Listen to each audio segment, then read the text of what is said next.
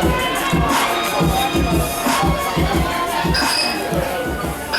evening. The name of this poem is called The Dead Inside. The Dead Inside. Can you hear me?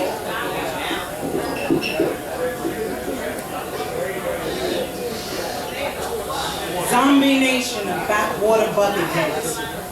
Caskets birth the new generation of live walking corpses.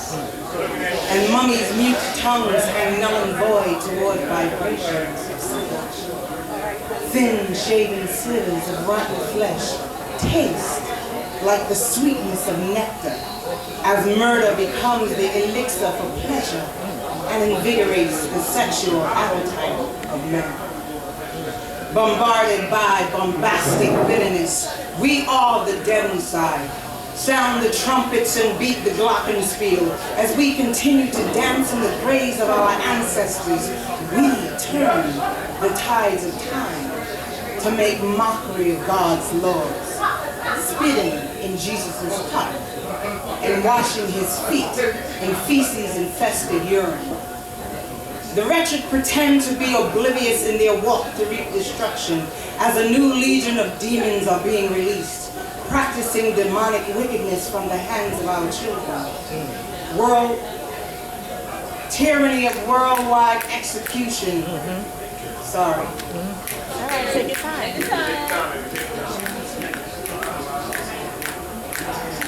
Schoolyard execution of the word love will be executed from our vocabulary as worldwide tyranny.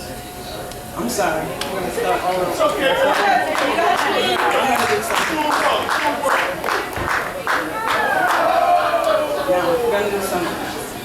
It's all right. That's all good. It's all good. It's called Living Her Life on Broken Wings. Caught in the macrame web she spun by internal decadence, leaves her to live her life on broken wings. The totality of carcasses strewn at her feet comes from sagacious deceptions, filling reels of pictorial film awaiting its panoramic debut. Dilapidated wrought iron gates slump in neglect as empty ropes swing from the gallows. Trees bend to the way of sorrowful winds convoluting in permanency. Effluvium impregnates the air. Excrement released from the bowels of ghouls and jackals leaves her in a high vertiginous state, like the ash residue she snorts from crematoriums. Encompassed and guised in monk's cloth is the semblance motif she's ensconced in, retreating into self-imposed exile, rallying for pity, living her life on broken wings. Forlorn by choice parochialism, hoping to conceal the rancor imploding vehemently inside her belly. Incrustations of coiled scales coats her tongue, regurgitated acidic lace breath restricts speech, adhering to quiescence.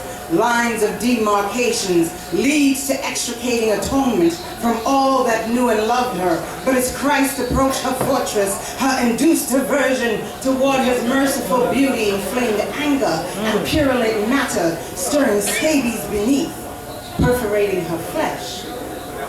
Descending from her monstrous sight, he leads her to the underworld. As she smells her lover nearing, she becomes physically inanimate. Gargantuan in stature, her lover stands before her, showing her lasciviousness. Passions arise, and he gives her the gift she seeks. Dislodged from this life, like the arrows released from the bows of an archer's hands. Ballerina's swan dance in singed tutus. Expedient, asphyxiated voyage into perdition. This her resolve as she lived her life on broken wings. Woo!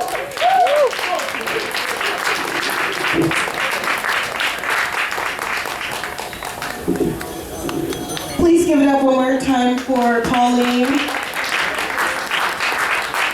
Sis, I want to thank you. I want to thank you for standing up to the pressure and opening us up as our first act. I appreciate that. Up next, we have a very special woman. She's a friend of mine. She's an author. I've known her as a servant to the people as we've gone to Rikers Island and performed for and inspired the young men who live there. Please put your hands together for the amazing, the one and only Tanika Wilder.